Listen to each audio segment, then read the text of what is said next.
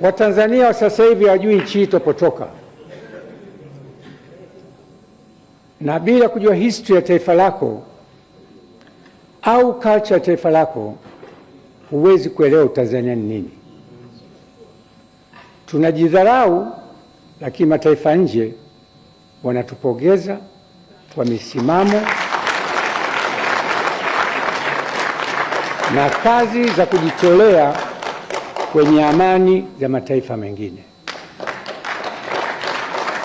Nchi hii enzi za Mwalimu ndio imekomboa mataifa mengi ambayo yalikuwa chini ya beberu.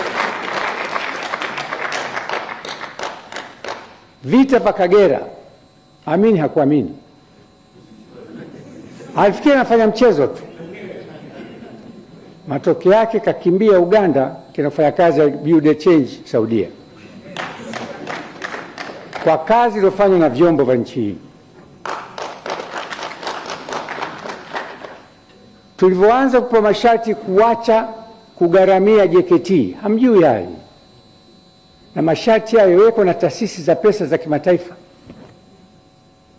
Mwalimu alipewa masharti: elimu bure mpaka chuo kikuu, ondoa; afya, ondoa; JKT, ondoa.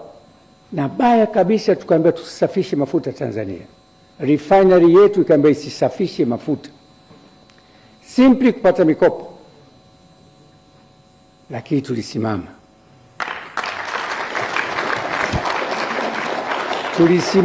Tulikuwa na Tanzania wazalendo, lakini tulikuwa na jeshi la wananchi ambalo lilikuwa na uzalendo. Hongereni sana makamanda yetu kwa kazi mnazofanya. Na mpaka leo katika ukanda huu ndio chombo kinachoaminiwa kusimamia amani kwenye mataifa mengine.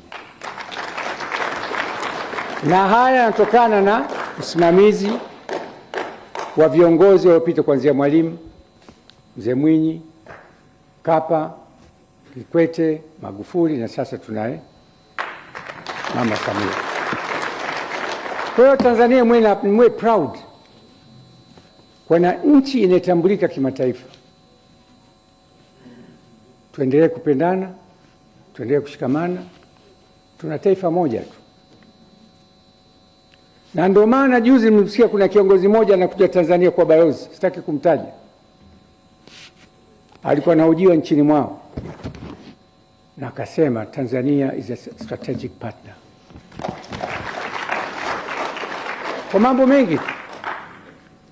Walivyotaka kujenga bandari ya Bagamoyo, hoja haikuwa biashara tu.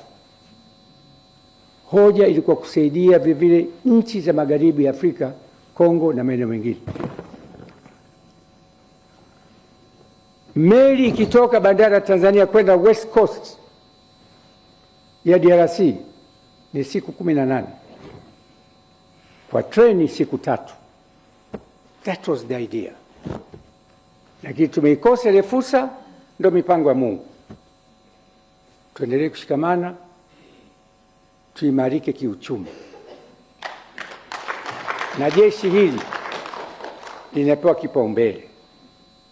Na ndio maana mtu mwenye hoja, mbunge, fursa yake ni kwenye kamati. Anakwenda kwenye kamati, anajenga hoja yake, anajibiwa na vyombo viko pale, na mwenyekiti wa kamati yuko pale, wajumbe wa kamati wako pale. Funding za ziada za chombo hichi sio lazima zitoke zisemwe hapa.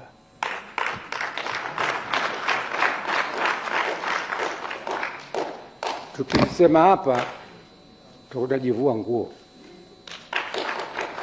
Na mambo ya ulinzi hataki masihara. Kwa hiyo Rais Samia yuko very serious na kuhakikisha vyombo hivi vinapata huduma zinazostahili. Ziko changamoto, sio kwetu tu, duniani kote, hata majeshi makubwa. Changamoto hazikosekani. As long as tunaishi, changamoto zipo. Lakini where there's a challenge, that's where the way is. Kwa hiyo nashukuru sana. Nashukuru sana CDF na timu yako, JKT, kwa uzalendo wenu, lakini kwa kazi kubwa mnefanya kwenye nchi yetu. Mimi nilikuwa na fursa kukaa kwenye kamati kwa miaka 16. Nilikuwa makamu mwenyekiti, makamu mwenyekiti. For all this time, toka imeanza bunge mimi niko kamati ya defense, ilikuwa defense, foreign defense na homeland security. Tunaita sisi homeland security. Kama ile Marekani. Wanama kamati hivyo kuna fanya kazi. Na sasa iko chini ya Najma wanafanya yale yale. Tujivunie. Mheshimiwa Waziri, nakushukuru sana, umeeleza vizuri sana kuhusu fidia za haya majeshi na baadhi ya watu vita vya Kagera. Mimi niliparticipate vita vya Kagera. Nilikuwepo. Nilipata medali 2. Ya kwanza kuwepo jeshini kipindi kile, na ya pili kuvuka mpaka. Sasa mimi sikuvuka mpaka kwa majeshi ya miguu, mimi vuka mpaka kwa juu, kwa anga. Yote kuvuka mpaka hiyo. Kwa hiyo hado utaka mambo njoo nikwambie. Na mwalimu alisema nakupeni bonus, nchi yetu bado maskini. Lakini Mama Samia akasema hapana. Ile mishahara kwa miezi 2. Baada ya shughuli kuisha tukapewa mishahara miezi 2 kila mtu cash. And at that time it was a lot of money. Lakini Rais Samia anasema tuwakumbuke maveterans wetu. Mheshimiwa Waziri, hongera. CDF, hongera sana. Tuwatunze wazee wetu wa participate kwenye vita chini ya maelekezo ya Mheshimiwa Rais. Sasa hado na wewe una TV zako jioni unakuwa nje ukayaseme haya. Mheshimiwa, kama nilivyosema, wabunge wenye hoja kwenye masuala ya Wizara ya Ulinzi, mwende kwenye kamati ya ulinzi mkaseme yote, shida zenu zote, ili mpewe majibu. Baada ya maneno haya, nawashukuru tena sana wabunge kwa michango mizuri, na hairisha shughuli za bunge mpaka kesho saa 3 asubuhi.